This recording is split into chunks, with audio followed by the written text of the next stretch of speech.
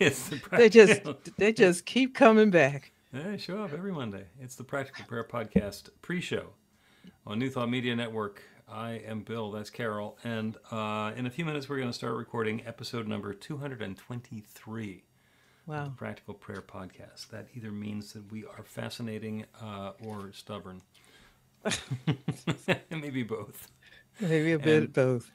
yeah, and we get together on New Thought Media Network to record the podcast episode, but also to say hello to the folks who are joining us, give you an opportunity to become interactive. So you can put a message into the comments on your social media as you're watching, or you can, if you're watching the recording, you can go to the website at bethelight.com, be-the-light.com, as it says over yonder. There will be more discussion of being the light and so forth in this episode, or so I have come to understand. And yeah, so you go to the website, you put in a comment or a suggestion or a prayer request, and we will take that up. And so, Carol, here we Yes. are, Thanksgiving week. Is it? It Can is, you believe that? yeah, I just craziness. and and it's no. I suppose you hear that. That one It'll I can go. hear. It will go away in a few minutes. My husband's cooking. Ah, so it is a smoke alarm indicating that in fact there is smoke. There is smoke, no fire. I'm usually the one who, not usually, I'm 100% of the time the one who does this. So I am, excuse me if I'm a bit amused. What are we cooking? I have no idea. Smoked scrambled I eggs? I have no. I'm not on duty. I don't even care. As long when I get in there, it'll all be cleaned up because that's how we do it. Well, as long as it's going to work, then that's good. It works. So, we're going to talk about light today, or so I Yes. understand. Okay. Yes. I'm intrigued by your thoughts about light and have my own preconceptions, but let's wait till we get into the podcast episode. Okay. We can Good. either, there's nothing you need to like set me up with, right? No. No, Mm-mm. we've given up on that a long time ago. This will just it's gonna go be what it's gonna be. All right, let's record a podcast episode. A practical prayer is a prayer that works. These discussions between Reverend Bill Marchiony and Carol Lawrence dive into the details of how it works and how to work it. Reverend Bill is a New Thought minister and the author of Practical Prayer for Real Results. Your new life begins with a new thought. Carol Lawrence is on a spiritual quest, finding the New Thought teaching after decades on the pulpit in 3 different traditional denominations. I've got some questions. Together, they're exploring the philosophy and activities that come together from many of the world's religions to create the practical spirituality that is New Thought.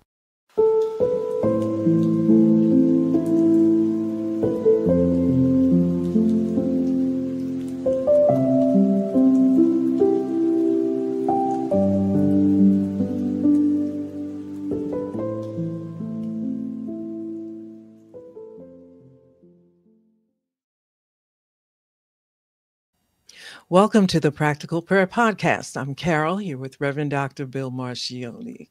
Let there be light. Let there be light. Let there be light. So Carol is intrigued by the notion of light and something that I said, did, or something. So, so let's find out.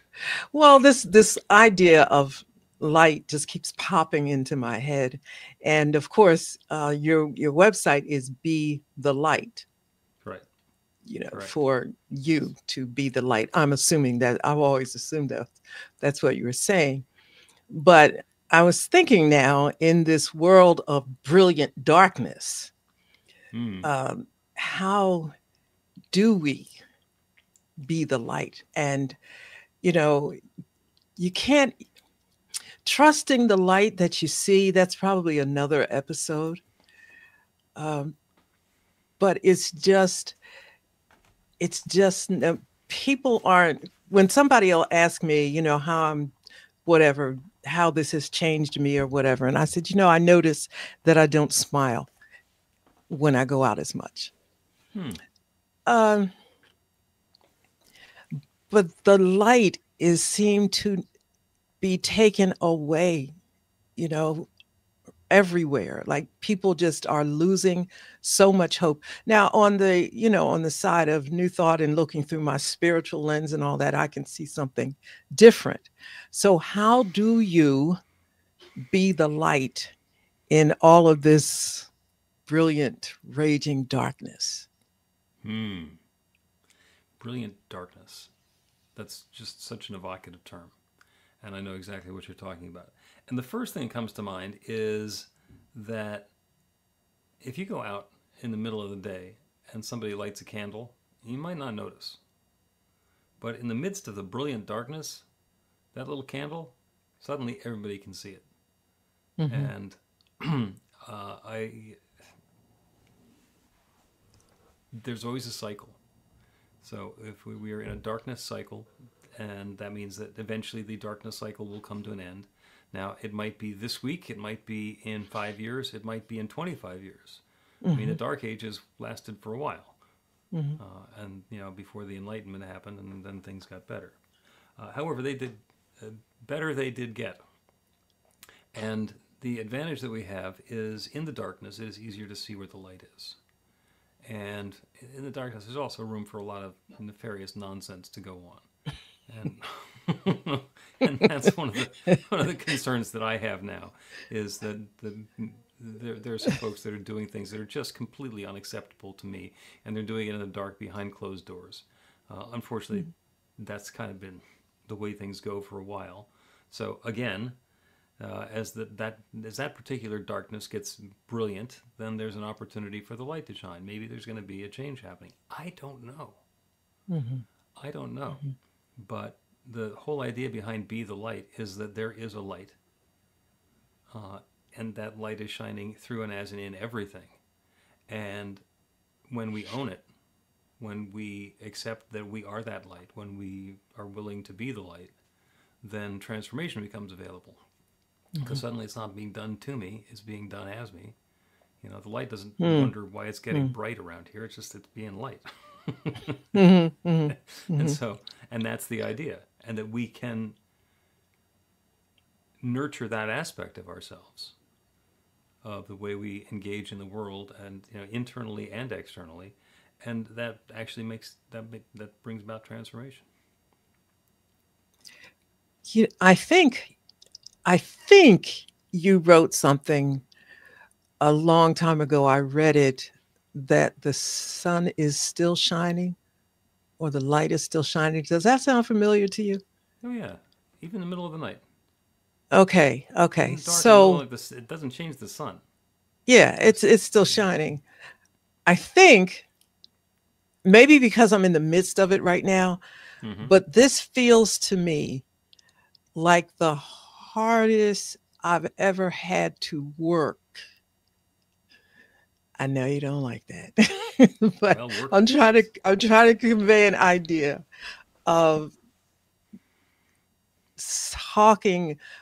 I don't want to say convincing that the light is still shining. It's saying, because there's such overwhelming darkness, like you said, stuff going on, and people don't trust. They want to, but there's all kind of stuff just floating around, and it's fear and doubt and mistrust, and it's all of those things that contribute to what I call the brilliant darkness.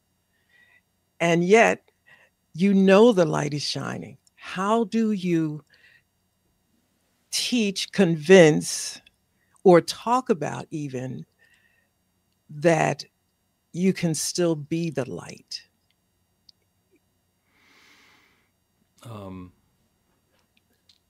From my perspective, it is even easier to be the light in the midst of the darkness because of the contrast. And in my observation, a large part of the problem has been old white men. Course, I ain't touching that. And you can't say that, but I can. And being an older white man, I don't have to be part of the problem. I can be the light. I can be something different in there. And even if I get lumped in with everybody else who's got all the privilege, I don't have to play the same game. So I have the opportunity to be part of the change and the transformation that's happening. And at some point, I'll get a cue. Okay, here's your turn to talk. Here's your turn to walk. Here's your turn to do something, to say something, to be something. And I get to step up and play my role. And we all get to do it differently. And when we're talking about taking advantage of the darkness, it's like, okay, there's stuff going on. There is absolutely stuff going on. And it's tragic and horrifying. And, I was talking to a minister friend of mine in Los Angeles. And they've had to lock all the doors to the church and put signs on all the doors that ICE is not welcome and you can't come in without a warrant, because that's what they're living in. And do I want to live in that kind of world? Well, I don't want to live in the kind of world where there's the concern of having to do that. I do want to live in the kind of world where somebody's willing to take that stand and take that step and say, not in my sanctuary, not on my watch, not with my door. And so it's, I would get in a lot of trouble if I say, oh, this is an opportunity for the light to shine even more brightly. It's like, no, just turn off the nonsense, turn off the cruelty, and let's get back to the light. That's what it seems to be. Just like, come on, does this even make sense to you? But I'm personally convinced that there's light in places that we don't suspect that there is light. I just believe that I just don't believe this is overwhelmingly, what it appears to be. And things have to take its course and people have to come to grips with their own conscience and all of that business. And I don't want to say the person's name because I could be wrong about them, but they did make a speech on a news show that caught my ear. They were, let's say, in the dark side of things, and they chose to step into another place. And people are saying, how do you shift like that? How do you shift like that? And I don't know what the person's heart is, but I do know what they said. They said, I have looked at myself and I have changed. Now you got my attention, because that's big to come out and say that. And then to say that because of being who I am, born in this country, I can criticize. I can do that. I have the right to do that. And I'm doing that. Yet I'm still maintaining my dignity and where I stand. It's like I was careful not to say, oh, wow, okay, this person is being hypocritical, or to say that, I don't know if this is real, or forget everything else they said. To me, it was almost like I wanted to say, listen, the light came on and I respect what this person is saying, even though I may have a little bit of whatever, but based on the light seems to be on. And if it's not, we're going to find out anyway. Oh, absolutely. Absolutely. Yeah. You can only fake the light for just so long. Yeah. So eventually our true nature shows up, especially when the lights are on. and yeah, thank you for saying that word. Our true nature shows up. I think that there's a nature, there's something that's in all of us, and we react from it, depending on your level of spiritual maturity and, time on the planet around the sun, depends on all of that. This to what you're able to say, listen, I was this, now I'm this, and I'm comfortable with this, because in a sense, you're returning to who you really were in the beginning. I don't think we came here dark, with dark natures. I think that there's things within us that cause us to choose darkness, whether you see it as an advantage, a benefit for the moment, or where all of us have made poor judgments. Yeah. That's why I think, it's very unlikely that anybody gets up in the morning and says, let me see what kind of havoc I can wreak. Let me see how many people I can make miserable. let me see what a bad job I can do at work. Very few people get up actually thinking that. I mean, there's probably a small percentage, but most people, they want to be loved. It's all inclusive. We want to be loved. We want to be successful. We want to share our gifts. We want to make a contribution, and we want to be safe and secure. Mm-hmm. You know, and get a nice piece of turkey at Thanksgiving dinner. Or whatever. And I think when people react from a place that we would not consider goodness, I think there's reason for that.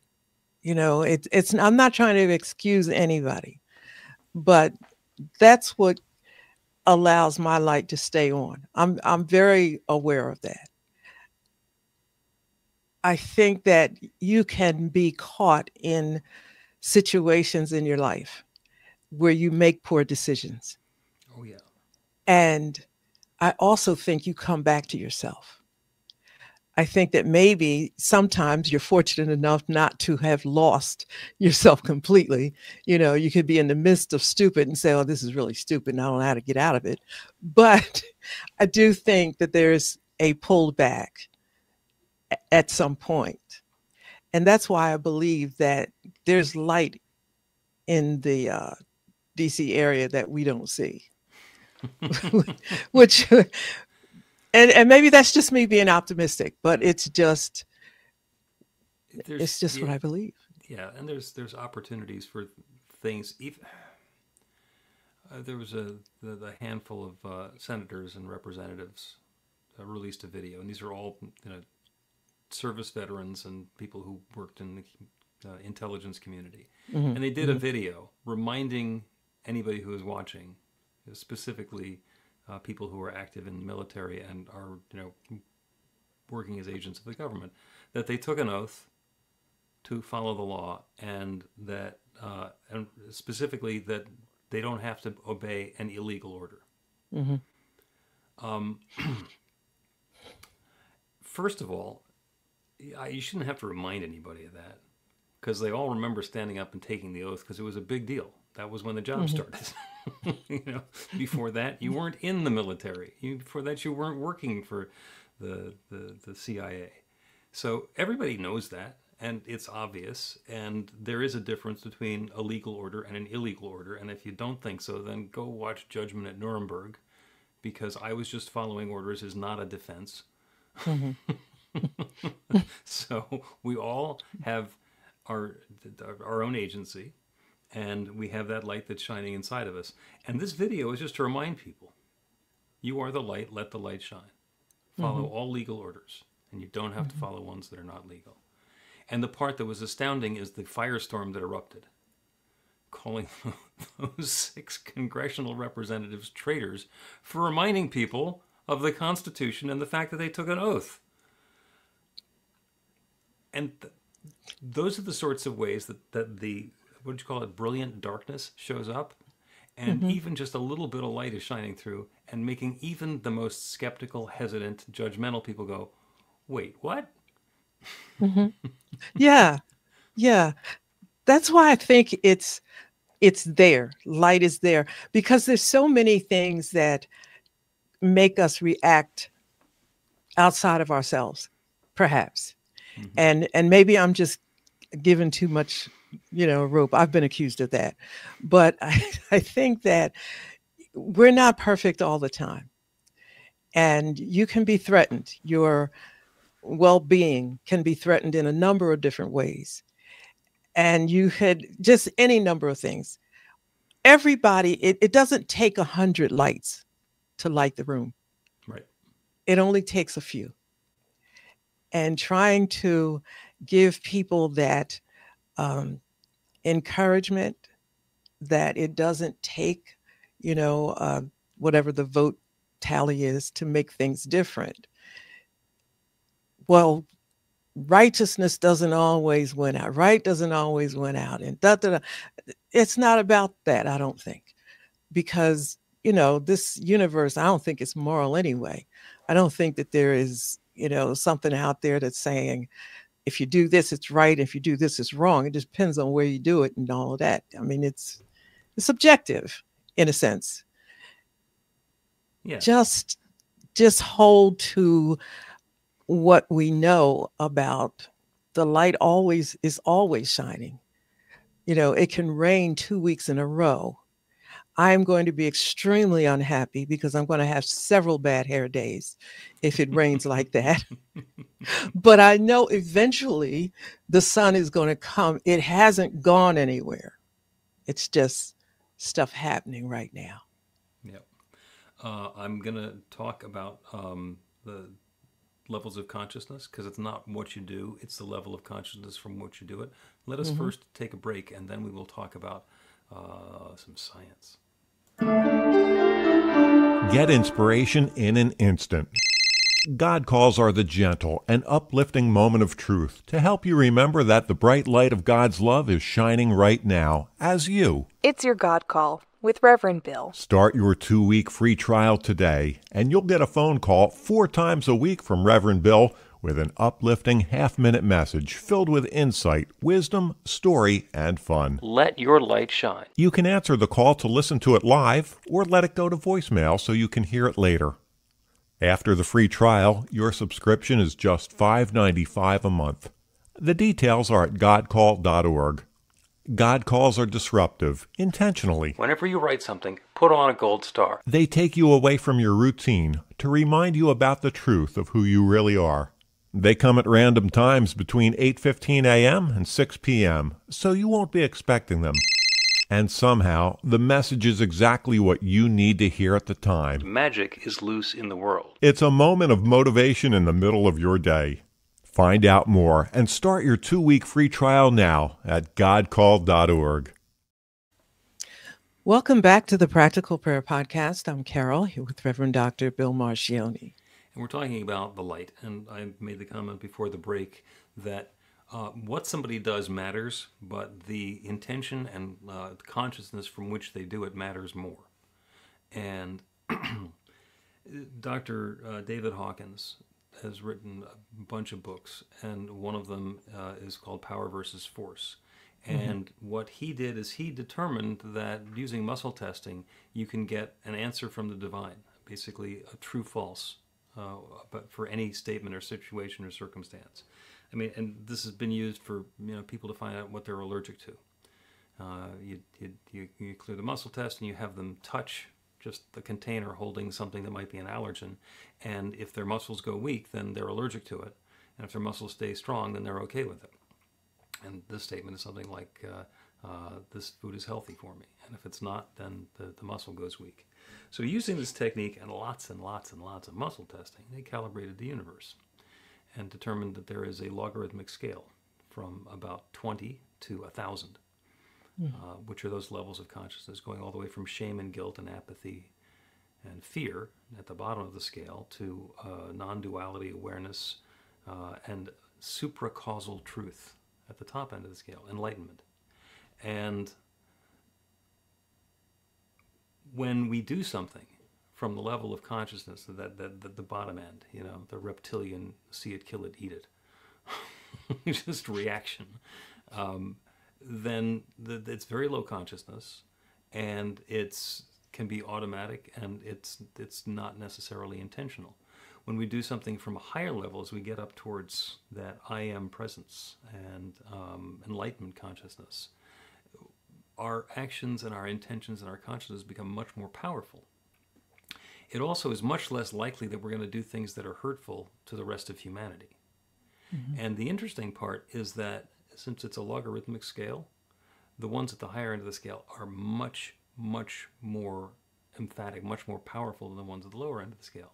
Like hundreds or thousands or tens of thousands of individuals at a lower level of consciousness are balanced out by one person at a higher level of consciousness.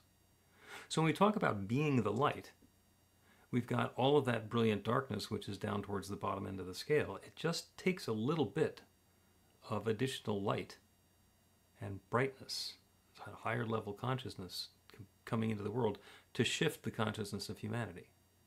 Things not only can change, things do change. And the advantage is that when it gets really dark, then the light gets to shine more brightly.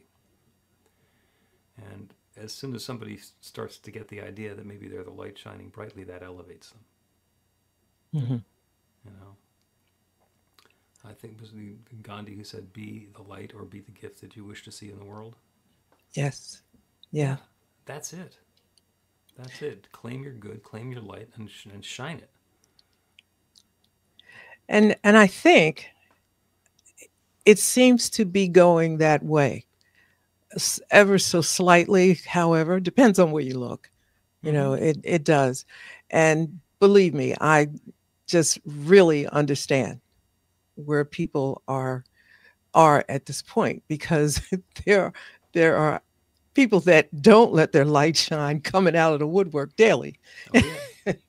And that kind of surprises me, because we tend to think like, okay, this is what we're working with. We don't really know everything that we're working with.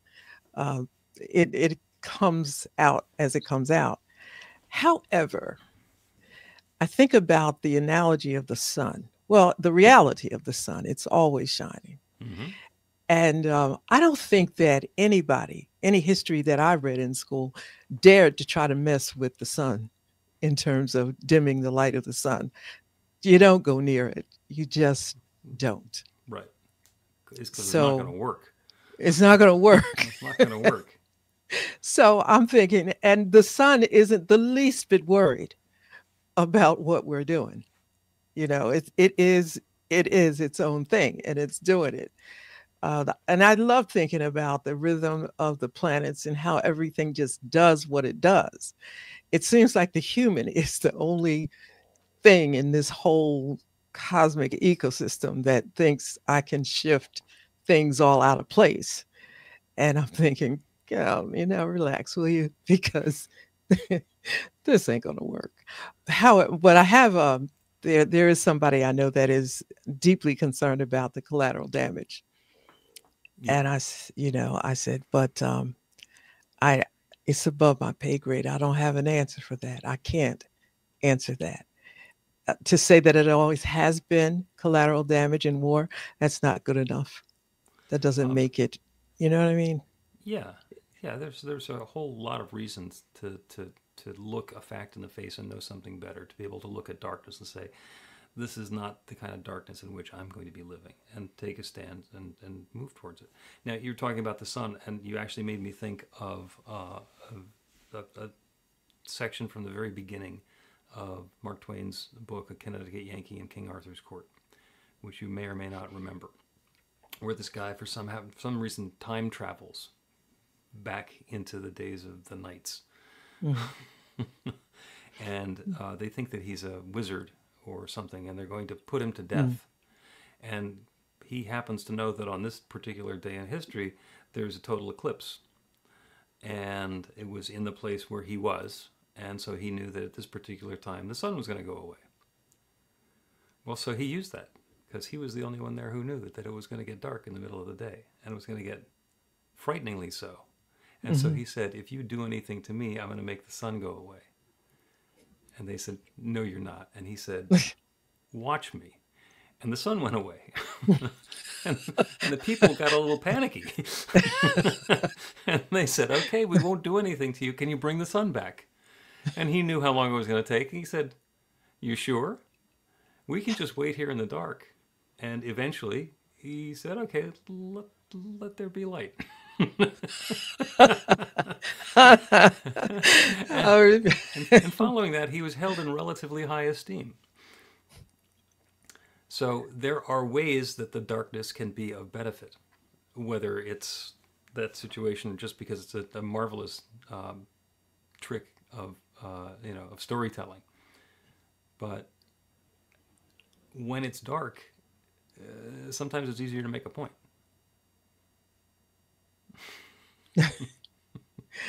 Yeah. When your back is against the wall, you find what you're made of, what you really believe. And I think I told you my daughter's having a baby, and this is recent news. And the first thing and it came up in a conversation with somebody, and they were talking about all this darkness. And, I said, oh, yeah, so and so is having a baby. And something inside just went like a little nuts, but it didn't. It went Carol. Like it just Okay. went Carol. So that might be the same thing. But I said, my baby is not coming into living into a world like it's trying to be created. I'm trying to say the words nicely. Okay. Yep. You're doing a nice job. Okay. He will not live in this kind of world. And I remember when I had my first, I was a late mom because I was late. And I thought, okay, I got to change everything, in my world to be right. I got to stop thinking crazy and I got to do whatever and just be more attentive. And there were so many things that I used to do that I said, not doing that anymore. Not that big a deal. I'm not watching soapbox operas anymore. Not drinking coffee, not doing this. No struggle, just not going to happen because this little rascal has got to get here in the best way possible. Yep.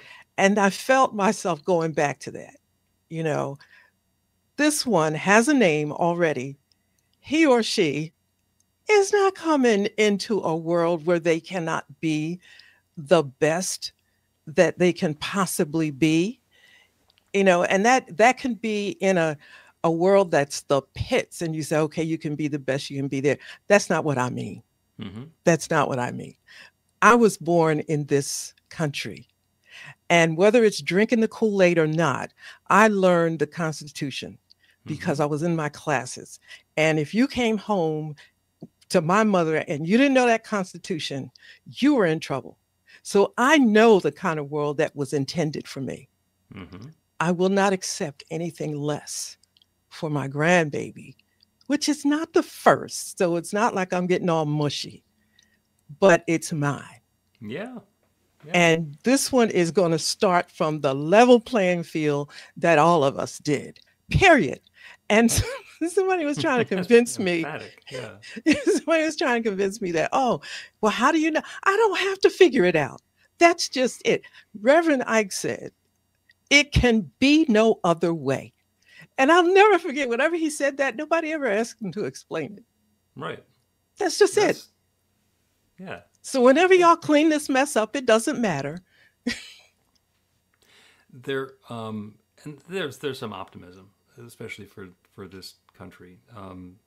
There are two things that are fabulous in the Declaration of Independence, which you also probably should have read.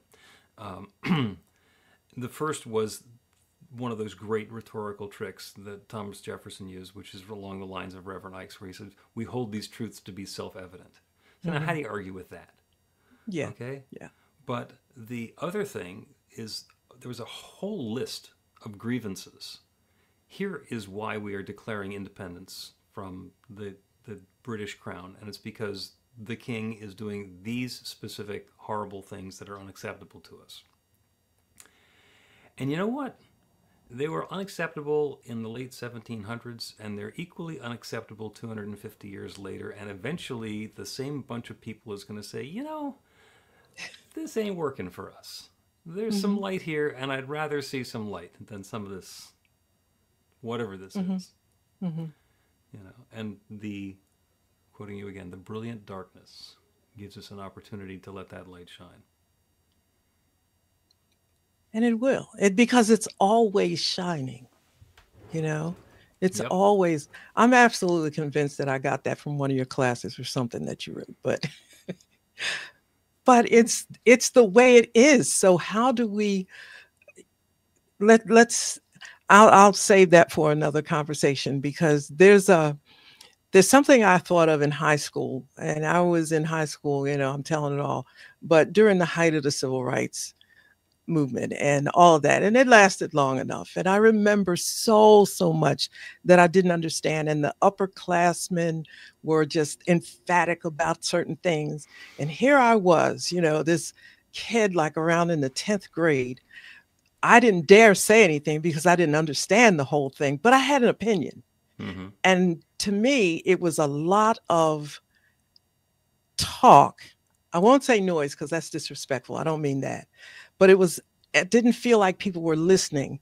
And if there's no listening, we can't come to an agreement. So we got to listen and hear each other into speech. We got to hear each other out. And I used to come up with scenarios of how we can listen and hear. Nobody ever asked me.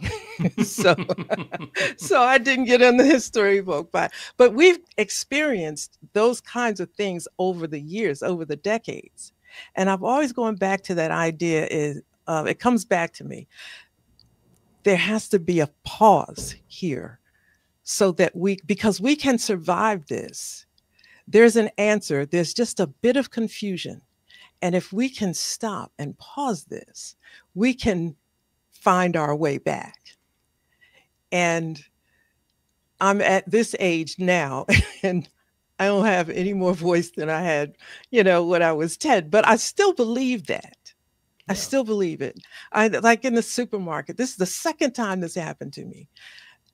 You're coming out and crack in those carts we push, the baskets, they almost crash. That's life in the supermarket. And this wasn't even a near close. And this guy just started apologizing profusely. I didn't even know he was talking to me. And and he's just apologizing and apologizing. And when it dawned on me, there was nobody else around but me. I'm looking at him and I said, it's okay. It really is. And I kind of could figure what he was the numerous things he was apologizing for. And I just kept saying, it's all right. And I just kept moving. I didn't want to get in conversation, but just hear me out. It's okay. You don't need to do this. Mm-hmm. Those are moments, I think, that if we could take advantage of those small moments where I don't know whether I mustered up a smile or not, but I know that I was deeply compassionate. Mm-hmm. Because if you were angry, you wouldn't apologize to me. You were apologizing for something you think you did wrong, that you offended me. Mm. I just wanted you to know that you didn't. So keep shopping. No problem. There you go. Let's take another break, and we're going to do a prayer. And this is on rocking our own inner light and being the brilliance. Learn to put practical prayer to work in your life. The steps are simple to learn and let you begin to get real results to create the life of your dreams immediately. Reverend Bill Marchiony's widely acclaimed book, Practical Prayer for Real Results, gives you a clear summary of the New Thought principles behind practical prayer and the series of easy-to-understand steps found in the most effective prayers from religions and spiritual practices all over the world and throughout history. Practical prayer is not a replacement for your religion or practice. It's a technique to make the work you do in consciousness even more effective. The book includes 40 prayers on various topics that you can adapt as needed and use as your own.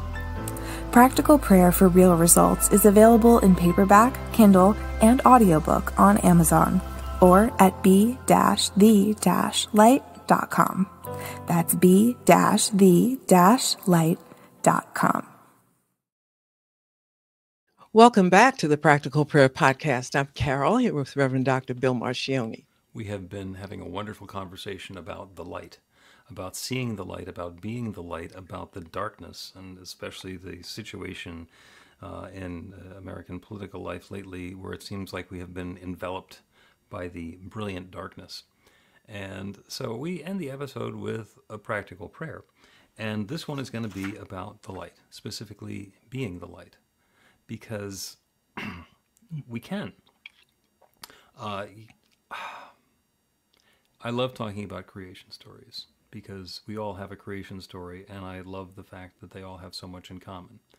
And one of the popular ones from Scripture is, in the beginning there was darkness and void, and God said, "Let there be light."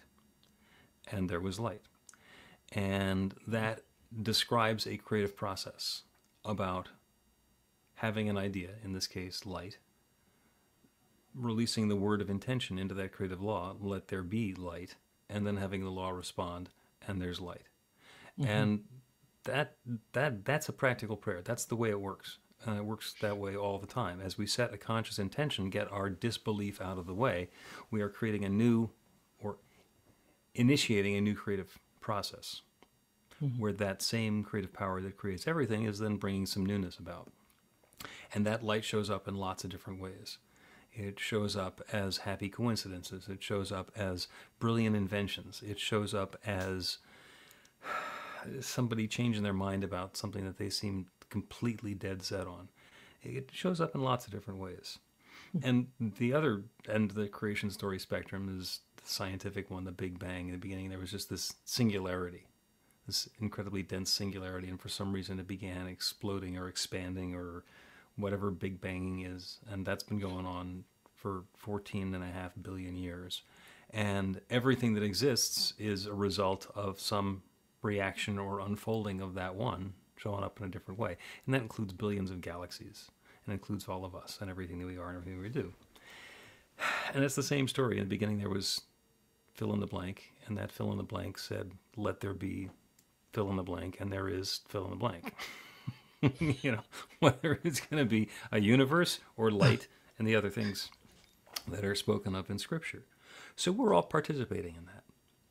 So the practical prayer is to remind ourselves that that light is always present. Living here on the surface of planet Earth, we see it gets dark, it gets light, it gets dark, it gets light, and it gives us the impression of duality, that darkness is actually a thing. But we all have seen pictures of Earth from space, and half of it is lit up because half of it is facing towards the sun. And the other half that does not happen to be facing towards the sun at that particular time is in darkness. There is no power of darkness. There's simply a big hunk of Earth that's standing in the way of the sun that's keeping the light from being visible for that particular period. Oh, and this thing is like a rotisserie. So the light's coming back around again. It's going to.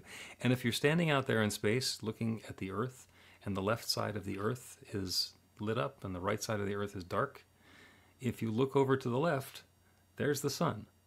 And the sun is not changing. The light is always there. So what I invite you to do is turn away from the light. Let yourself go to closed eyes or a soft focus so that you can invite in the darkness. Invite in something that's more subtle than the way that the light is showing up for you out in the world. And be aware that light is always shining. And be aware that from space the sun is not changing at all. Be aware that the changes are all happening here in our local experience. And that's okay.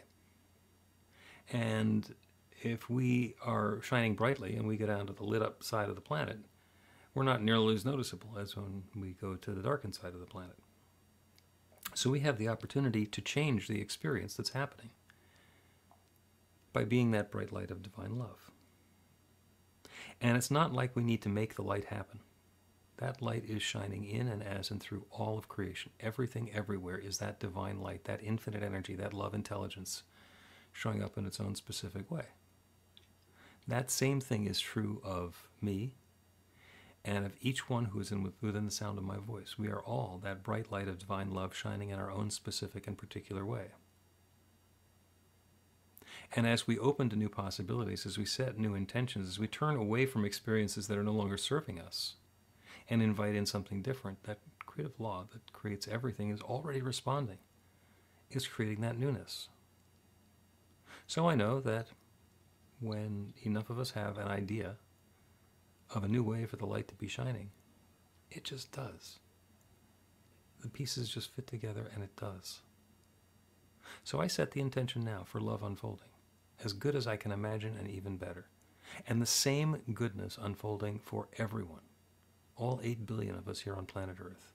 Good and more good, pressed down and overflowing. Love and harmony and prosperity and connection and vitality and harmony and peace of mind and creativity for each of us in our own way. And I submit this idea, this intention, this invitation into the same creative law that has been creating since the beginning of time. And it always says yes. It always says yes. So I set the expectation now for that yes showing up in the perfect way, at the perfect time, as good as I can imagine, and 10% better. And I know the law is saying yes, the good is coming about. And so with gratitude for all of this, I speak this word, I let it go, I stop thinking about it, and I know it's so. So it is.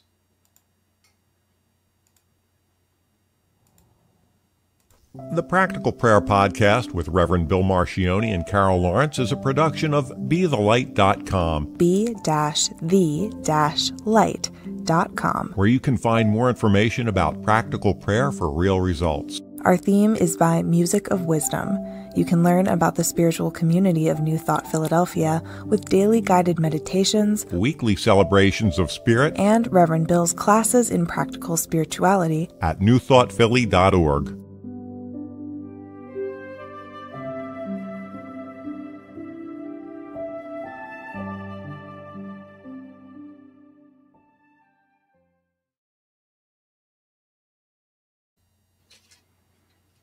That prayer felt big. It was big. A prayer from space for 8 billion people. Kind of cool. I have to tell you, when you said that, I said, that's a lot of people. They don't even appreciate it. They were just prayed for. They were just prayed for. And, I'm not sure how the good is unfolding. And I don't know when. And I don't know any of the rest of the details, but I know that it is. I do too. I don't think about how is it going to unfold. It's because I know I've become very sensitive for some reason. I don't know if I felt this before. I don't know. I only know where I am right now. That I'm involved with something that is way bigger than me. Way bigger than me. And it feels like the first time, although I'm sure it's not. But I just feel it. And so I don't need to know what the good is that's unfolding. I know it's better than anything I could do,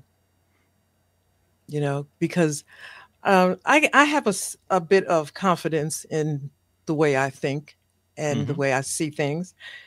And I can't figure, I know that there's some things going on. Somebody, some entity or whatever, God, whatever you call it, has got an idea that's bigger than mine.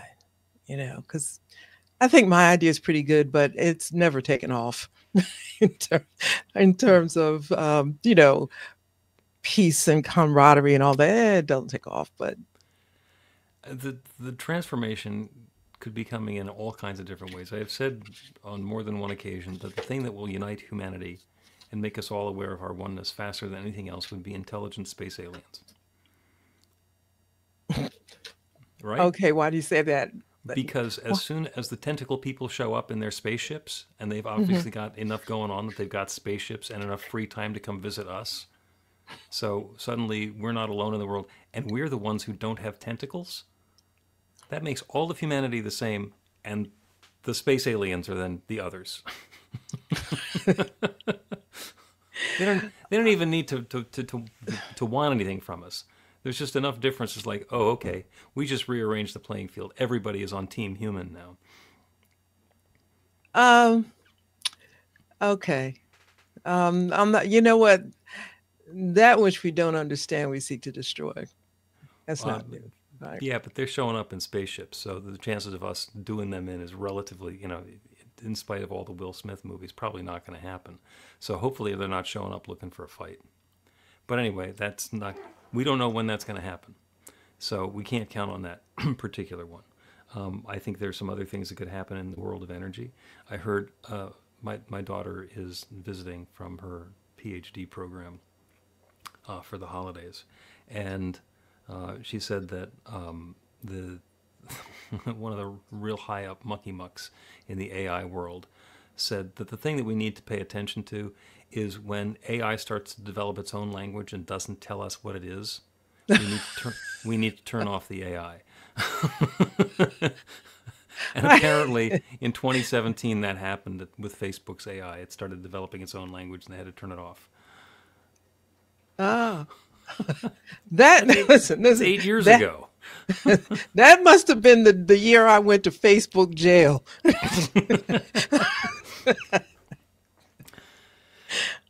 And, you know, who knows that that's going to be the problem. And she told me that, and all I said was skibbity 6-7.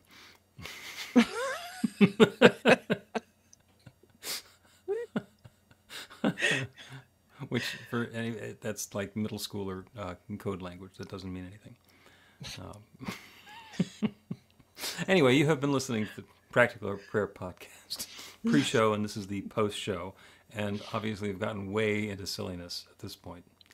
But it was unlikely we were going to solve all the problems of the world anyway. Yeah, but this is holiday, you know. It's so holiday time, yeah. So And we that can gives you something. That gives you something to talk about with the holiday table. Yeah. Okay. You know. Yeah. Thank you again, Carol. Thank you, everybody who's being here. The usual thing, if you have a question or comment, you can go to the website, bethelight.com, be-the-light.com. I'll put it back up on the screen again because we've been talking about that so much. Yep, there it is right there. And have a wonderful Thanksgiving. Thanks for being here, and we will see you next time.